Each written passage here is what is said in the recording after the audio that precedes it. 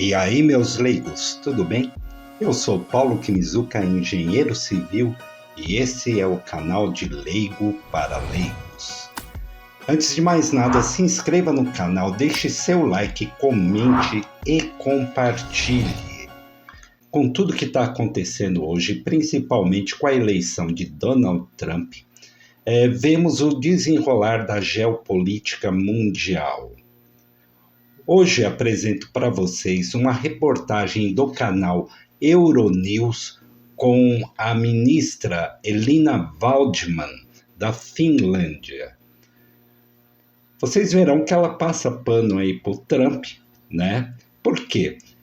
A Finlândia, como está muito próxima da Rússia, fazendo fronteira com a Rússia, né? Fica numa posição meio ambígua, porque eles pensam que os países escandinavos poderão ser o próximo alvo da Rússia. E vamos à reportagem. No dia de Natal, as autoridades finlandesas prenderam a tripulação de um petroleiro suspeito de sabotar cabos submarinos. Em resposta, o presidente da Finlândia, Alexander Stubb, realizou uma cúpula da OTAN no Mar Báltico para países que são regularmente atacados dessa maneira, supostamente vindos da Rússia. Para a conversa sobre a Europa, converso com Elina Waldman, ministra finlandesa das Relações Exteriores, e pergunto a ela sobre o petroleiro Eagle S. Ministra Elina Waldman, muito obrigada por se juntar a nós na conversa sobre a Europa. Estamos aqui em Helsinki para a cúpula do Mar Báltico.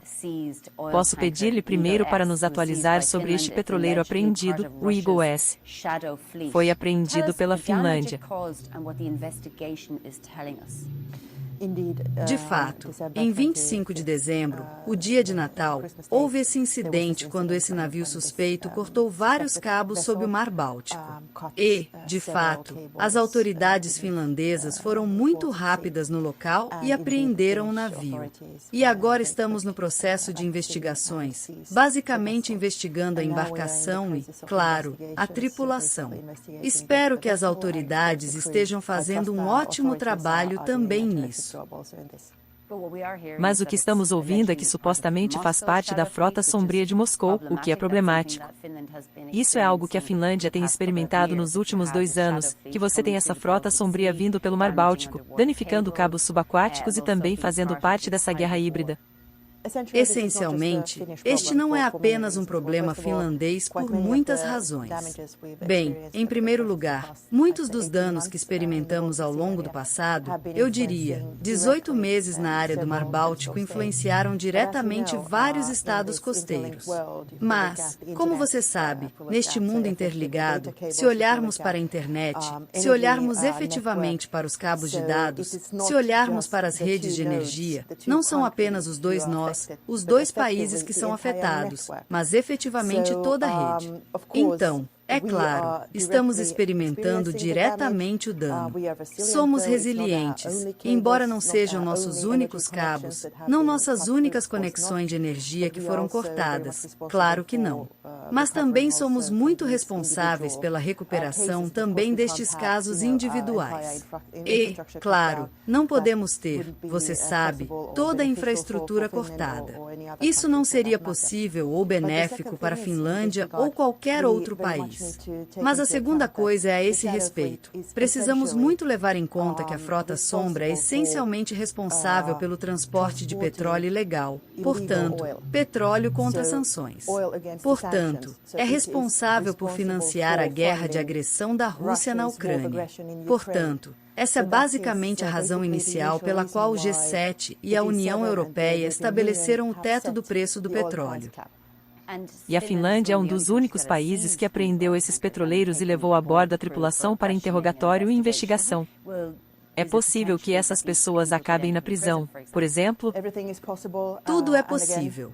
E, novamente, estamos trabalhando dentro do domínio do direito internacional. E, por exemplo, todos os acordos marítimos, que são muito vinculativos, não apenas para nós, mas para o resto do mundo. E é assim que queremos mantê-lo, certo? Então, bem, os investigadores estão fazendo seu trabalho e depois vemos. Ok. Vejamos a Ucrânia. Quero dizer, Mark Rutte, o secretário-geral da OTAN, está dizendo que, você sabe, agora a Europa está segura, mas em 4 a 5 anos, se continuarmos do jeito que estamos em relação à segurança e defesa, podemos não estar. E o que pensa que a UE deveria fazer agora em relação à defesa? Estaríamos muito bem se todos os países da OTAN comprometessem esses chips e acima para sua defesa. A Finlândia está claramente acima das fichas e nem estamos contando com nosso exército baseado em recrutamento, que operacional e efetivamente nos dá uma capacidade significativa em termos de rechaçar, por exemplo, você sabe, a invasão tradicional. Então, definitivamente, precisamos fazer mais e precisamos fazer isso juntos. Mas seria um ótimo começo se todos começassem a aumentar sua defesa e dissuasão, conforme estipulado, digamos, pelo Acordo do País de Gales. Sim, mas quero dizer, digamos da UE, não estamos falando sobre a OTAN agora, estamos falando sobre a defesa da União Europeia. Agora, eu sei que obviamente eles estão completamente interligados, a OTAN e a UE, mas nem todos os países estão na OTAN e assim por diante. Então, do ponto de vista do orçamento da UE, e nem todos os países estão na UE. Então, do ponto de vista da UE, por que a Finlândia tende a não apoiar tanto os gastos extras quando se trata do orçamento da UE? Esse tipo de tabu está fora da mesa agora, dada a situação em que estamos? Vamos colocar desta forma. Não estamos tirando nada da mesa, mas, ao mesmo tempo, isso é muito preliminar. Não somos, como você está dizendo, fãs de, você sabe, financiamento coletivo para questões que deveriam ter sido tratadas individualmente por cada país. Mas, dito isso, acho que a defesa e, bem, ou mesmo em termos mais amplos, a segurança é um bem público. E é um bem público que é produzido coletivamente, não apenas um país individual em si. Como vemos neste caso dos cabos quebrados, certo? Por definição, o cabo atravessa ou vai de um país para outro neste caso. Portanto, não é apenas uma questão nacional. Em relação à Ucrânia, a Finlândia acredita que a Ucrânia deve ser membro da OTAN, pelo menos os territórios não ocupados da Ucrânia, como parte de um acordo negociado. Acho que todos os membros da OTAN concordam que a Ucrânia será membro da OTAN no futuro. E nós compartilhamos esse ideal. Quando você diz no futuro, você quer dizer, você apoiaria se isso fosse colocado na mesa pelos próximos 10 anos, por exemplo? Ou você seria um pouco menos hesitante em relação a isso? Acho que o que se trata do futuro da Ucrânia é, em primeiro lugar, a Ucrânia quem decide, e especialmente se estamos falando de alguma coisa em relação a possíveis negociações. Cabe à Ucrânia decidir quando é o momento e também quais são os itens em cima da mesa. Esses itens, é claro, dizem respeito à Ucrânia. Mas no que diz respeito à OTAN, eu definitivamente veria que, daqui para frente, a Ucrânia também será um membro muito importante para a OTAN. E a Ucrânia é um dos infelizes países europeus que recentemente teve e foi forçado a se defender militarmente. Por isso, acumulou realmente muita experiência, se quiserem, que, naturalmente, também já está a partilhar com a aliança, uma vez que sabe que o seu futuro está no seio da OTAN. Mas será um membro muito importante da OTAN também quando chegar o dia. Você está preocupada com o futuro da Ucrânia, particularmente porque às vezes me parece algum tipo de fadiga da Ucrânia entre civis e cidadãos nos Estados-membros, você sabe, porque eles sentem que talvez os orçamentos de defesa estejam tirando a saúde e a educação e assim por diante? Você sabe, acho difícil lidar com esse tipo de complacência. Estive em Kiev na semana passada e não vi fadiga. Eu vi tristeza, realmente, em tantos olhos. E não acho que todas as pessoas na Europa, embora talvez mais do que imaginávamos há apenas 3 anos, tenham percebido que isso realmente diz respeito a todos nós. E não é apenas a Ucrânia. E mesmo que fosse apenas a Ucrânia, certo, também a Ucrânia tem o direito de permanecer soberana e manter seu território como está. porque senão não temos a Carta da ONU. E se não tivermos a Carta da ONU e essas leis, obrigações e direitos internacionais, poderemos enfrentar todos os tipos de ameaças no futuro sem nenhuma defesa do nosso lado.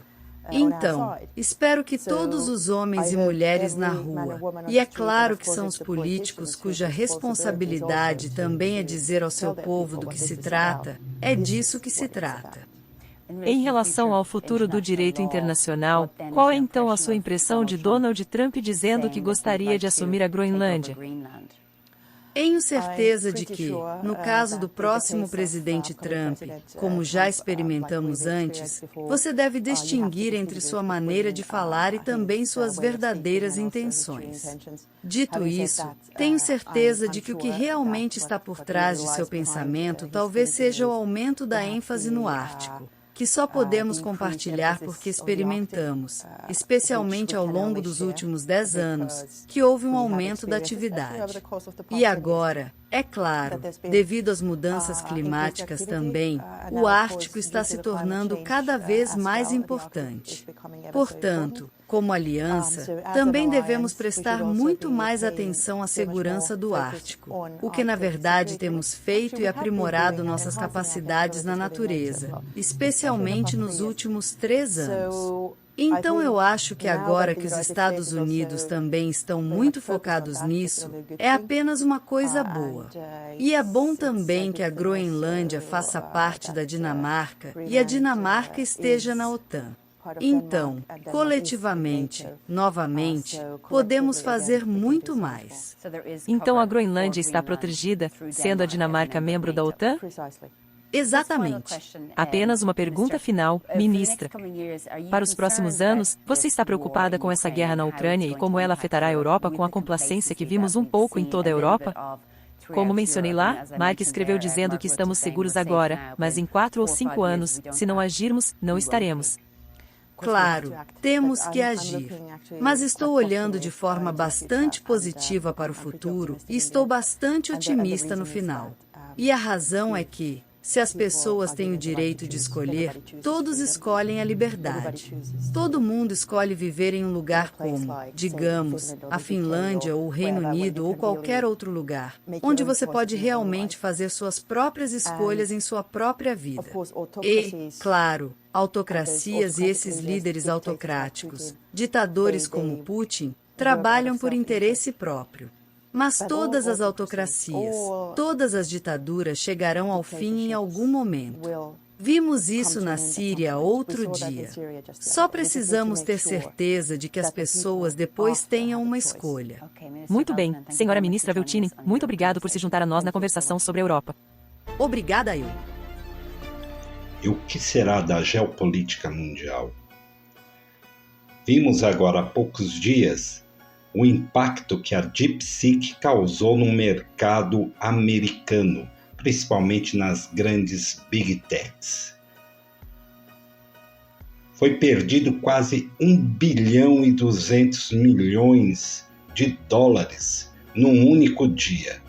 Houve sim uma recuperação logo em seguida, mas mesmo assim deixou em dúvida a eficiência dos sistemas de inteligência artificial dos Estados Unidos. Outra coisa, vimos também no dia de hoje que os Estados Unidos vai sobretaxar o México e o Canadá a partir de amanhã em 25%. Por outro lado, o governo brasileiro informou que se houver sobretaxas sobre produtos brasileiros, ele tratará em igual medida aos Estados Unidos. Tem muita coisa acontecendo por aí. E é isso aí, meus leigos. Até a próxima!